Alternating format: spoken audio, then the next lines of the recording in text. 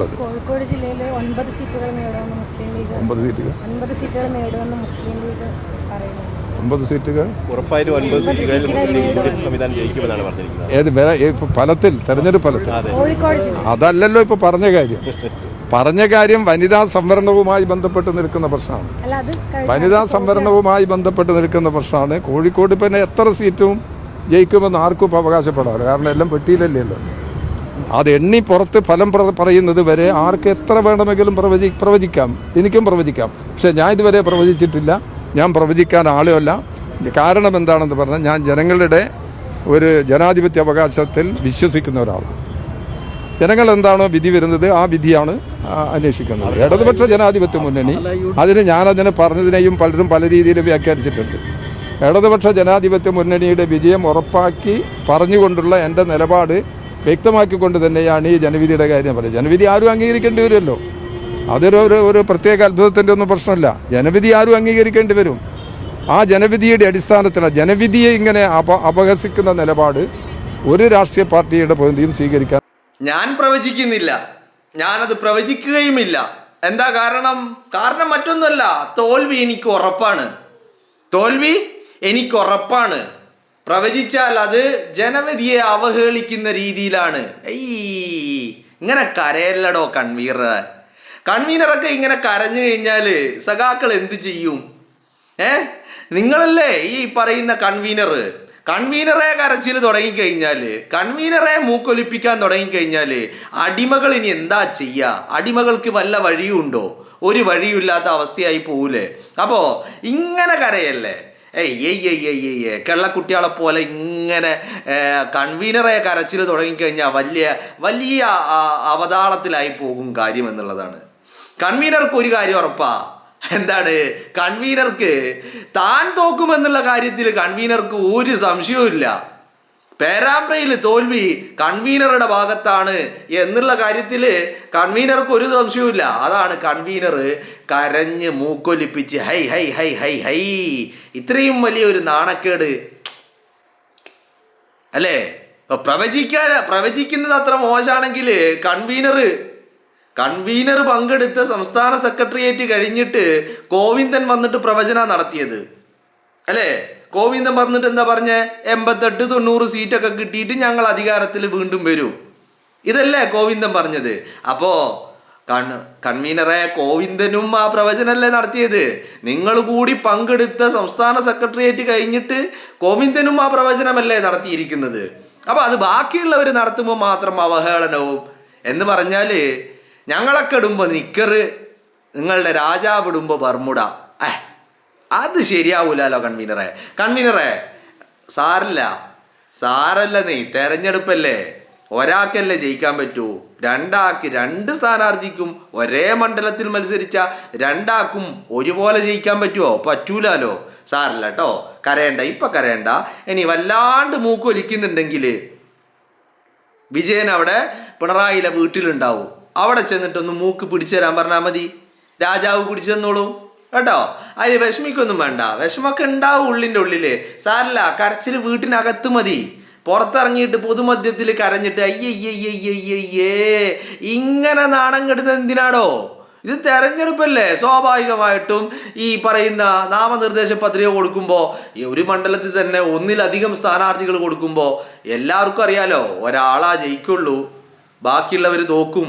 തോൽവി കുറേ ആൾക്കുണ്ട്, ജയം ഒരാൾക്ക് മാത്രമേ ഉള്ളൂ എന്നുള്ള കാര്യം എല്ലാവർക്കും അറിയുന്ന കാര്യമല്ലേ? അയ്യയ്യേ ചെറിയ കുട്ടികളെ പോലെ ഇങ്ങനെ കരയാൻ ഇറങ്ങി നടന്നു കഴിഞ്ഞാൽ കൺവീനറെ വല്ലാത്ത കഷ്ടാണ് കേട്ടാ. ഒന്നില്ലെങ്കിൽ കൺവീനറെ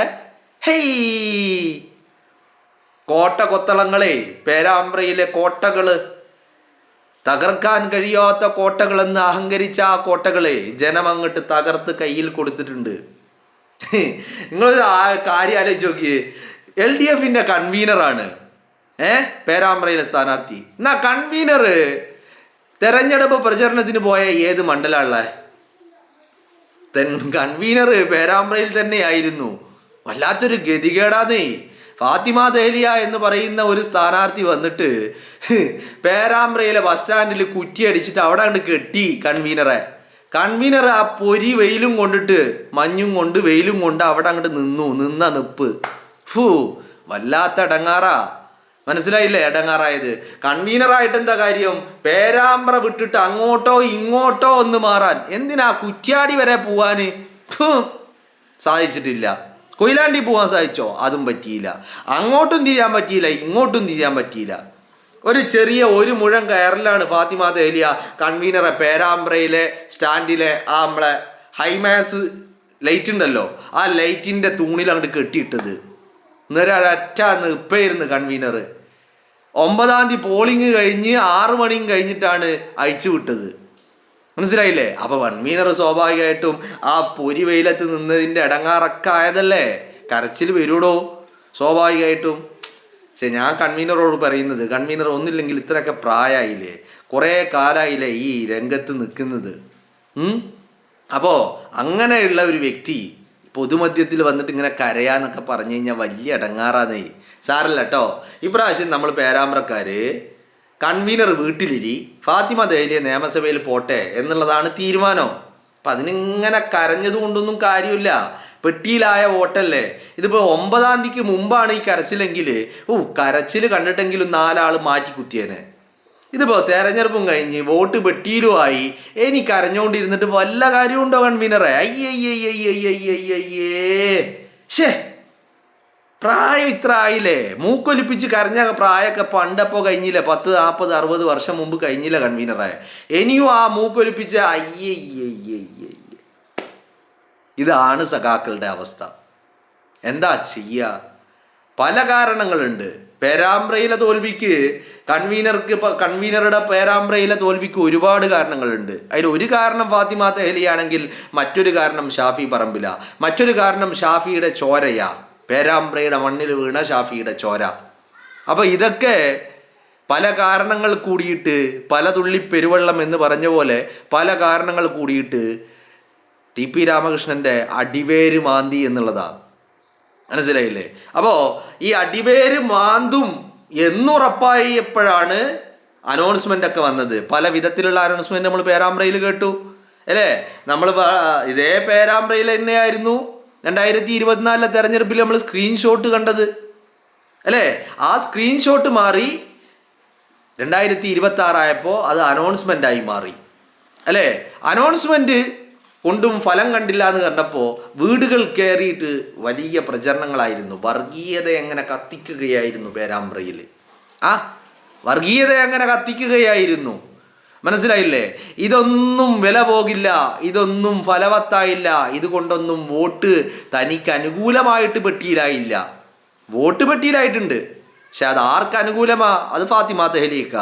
അത് മനസ്സിലാക്കിയ കൺവീനർ ഇപ്പം ഞാനൊന്നും പ്രവചിക്കാനില്ല എന്നാ പറയണത്. എന്താ കാര്യം പ്രവചിക്കുന്നത് വലിയൊരു കുറ്റമായിട്ടൊന്നല്ല, അല്ലെങ്കിൽ അതൊരു തെറ്റായ കാര്യമായിട്ടും അല്ല. പ്രവചനങ്ങളൊക്കെ ഇപ്പോൾ അതൊരു തെറ്റാവുന്നത് എങ്ങനെയാ? പക്ഷേ കൺവീനറെ സംബന്ധിച്ചിടത്തോളം മനസാക്ഷി അങ്ങോട്ട് അനുവദിക്കുന്നില്ല. മനസാക്ഷി സമ്മതിക്കണ്ടേ? തോൽവി ഉറപ്പിച്ച്, മനസ്സിലത് ഉറപ്പിച്ച് തോറ്റു തോറ്റു തോറ്റു തോറ്റു. ഓരോ ഹാർട്ട് ബീറ്റിനും, ഓരോ ശ്വാസമിടിപ്പിലും, ഓരോ ഹൃദയമിടിപ്പിലും കൺവീനർ ഇങ്ങനെ പറഞ്ഞുകൊണ്ടിരിക്കുക, ഞാൻ തോറ്റു, ഞാൻ തോറ്റു, ഞാൻ തോറ്റു, ഞാൻ തോറ്റു. നമ്മൾ പണ്ട്, ഇപ്പം അതൊന്നുമില്ല കേട്ടോ, പണ്ട് സ്കൂൾ പഠിക്കുമ്പോൾ ഇമ്പോസിഷൻ എഴുതാൻ തരൂലേ നമുക്ക്, അതുപോലെ ഞാൻ തോറ്റു, ഞാൻ തോറ്റു, ഞാൻ തോറ്റു എന്ന് ഓരോ ഹൃദയമിടിപ്പിലും കൺവീനർ സ്വയമേ പറഞ്ഞുകൊണ്ടിരിക്കുക. അപ്പോൾ ആ മനസാക്ഷി അങ്ങ് അനുവദിക്കുന്നില്ല. ഇനിയൊരു പ്രവചനം നടത്തി ഞാനൊരു 5000 വോട്ടിന് ജയിക്കും, അല്ലെങ്കിൽ ഞാനൊരു 10,000 വോട്ടിന് ജയിക്കുമെന്ന് പറയാൻ കൺവീനറെ സ്വന്തം മനസാക്ഷി സമ്മതിക്കുന്നില്ല. അതാണിപ്പോൾ ഈ കരച്ചിൽ നമ്മൾ കാണേണ്ടി വരുന്നത്. ഇനിയിപ്പോൾ മെയ് 4 കഴിയുമ്പോൾ എന്തൊക്കെ വലിയ കരച്ചിലുകളാണ് നമ്മൾ കാണേണ്ടി വരിക. നിങ്ങളൊന്ന് ആലോചിച്ച് നോക്കി. ഒരു ഭാഗത്ത് കൺവീനർ കരയും, ഒരു ഭാഗത്ത് മരുമോൻ കരയും, ഒരു ഭാഗത്ത് അമ്മായപ്പൻ കരയും. അങ്ങനെ കരച്ചിലോട് കരച്ചിൽ, പിന്നെ കൂട്ടക്കരച്ചിൽ, അടിമകളുടെ കൂട്ടക്കരച്ചിൽ അങ്ങ് AKG സെൻറ്ററിൽ. പിന്നെ കുറച്ച് ഇവരുടെ മാത്രമായിട്ടുള്ള ചില ബുദ്ധിജീവികളുണ്ട്, അവർ മറുഭാഗത്തിരുന്ന് കരയും. അങ്ങനെ ഒരു കൂട്ടക്കരച്ചിൽ മെയ് 4 നമുക്ക് കാണാനുണ്ട്. അപ്പോൾ കൺവീനറോട് ഞാൻ പറയാനുള്ളത്, അടിമകൾ അവിടുന്ന് കരഞ്ഞോട്ടെ, ഐറ്റങ്ങൾക്ക് അത്രയേ ഉള്ളൂ, അടിമകളാണ്. പക്ഷേ നിങ്ങളെപ്പോലെയുള്ള കൺവീനറൊക്കെ ഇങ്ങനെ പൊതുമധ്യത്തിൽ കരയാന്ന് പറഞ്ഞ അയ്യയ്യേ നാണക്കേട് എന്നല്ലാതെ വേറെന്ത് പറയാനാ. അന്ന് ഈ കരച്ചിലിന് പകരം എന്ത് വേണം? സ്വാഭാവികമായിട്ടും തോറ്റ് കഴിയുമ്പോൾ അന്നിപ്പോൾ ഫലം കൂടി വന്നാൽ ഇനിയിപ്പോൾ കാത്തിരിക്കാനൊന്നും ഉണ്ടാവില്ല. ഇപ്പം നമുക്ക് വേണമെങ്കിൽ മെയ് 4 വരെ കാത്തിരിക്ക് എന്നെങ്കിലും പറയാം. മനസ്സിലായില്ല കൺവീനറെ? അപ്പം അതുകൊണ്ട് അന്ന് ദയവ് ചെയ്തിട്ട് ഞങ്ങൾ തോറ്റു എന്നൊന്ന് സമ്മതിക്കണം, അത്ര മതി. കാരണം ഈ സഖാക്കളെ തോൽപ്പിക്കാനല്ല ബുദ്ധിമുട്ട്, തോൽപ്പിച്ച് കഴിഞ്ഞിട്ട് എടാ സഖാക്കളെ നിങ്ങൾ തോറ്റിരിക്കുന്നു എന്ന് ഇവറ്റകളെ ബോധ്യപ്പെടുത്താനാ. മനസ്സിലാവുന്നുണ്ടോ? കാരണം ഈ അടിമകളെ എന്ത് പറഞ്ഞാലും അങ്ങോട്ട് കയറൂല. രാജാവ് രാവിലെ നീട്ടുന്ന സാധനം ഉണ്ടല്ലേ, അത് കാരണം ഇങ്ങോട്ട് കയറൂല. അതുകൊണ്ട് ദയവ് ചെയ്തിട്ട് അന്നും ഇപ്പൊ കെ ശൈലജ 2024 തോറ്റപ്പോൾ ഇപ്പോഴും കെ ശൈലജ വടകരയുടെ MP ആണെന്ന് പറയുന്നത് പോലെ അന്ന് തോറ്റു കഴിഞ്ഞിട്ടും ഇല്ല ഞങ്ങളുടെ രാജാവ് വിജയനാണ് ഇപ്പോഴും മുഖ്യമന്ത്രി എന്നൊന്നും അന്ന് പറഞ്ഞേക്കരുത് ദയവ് ചെയ്തിട്ട്. തോറ്റു കഴിഞ്ഞാൽ ഞങ്ങൾ തോറ്റു എന്ന് ഒന്ന് സമ്മതിക്കാനുള്ള കനിവ്, ഒരു ദയ, അത് വിനീതമായിട്ട് ഉണ്ടാകണം എന്നുള്ളൊരു അപേക്ഷ മാത്രമാണ് കൺവീനറെ മുമ്പിലേക്ക് വെക്കാനുള്ളത്. കാരണം കൺവീനർ ആയതുകൊണ്ട് കൺവീനർ ആണല്ലോ ഇതൊക്കെ അടിമകളെ ഒന്ന് പറഞ്ഞ് ബോധ്യപ്പെടുത്തേണ്ടത്. അതിനുള്ള ഒരു എന്താ പറയേണ്ടത് മനസ്സ്, ഒരു സന്മനസ്സ് അതൊന്ന് അന്ന് കാണിച്ചാൽ മതി. അടിമകളോട് എടോ അടിമകളെ നമ്മൾ തോറ്റിരിക്കുന്നു എന്ന് കൺവീനർ ഒന്ന് അടിമകളോട് എല്ലാവരോടായിട്ടൊന്ന് പറയണം, അത്ര മാത്രമേ ഉള്ളൂ.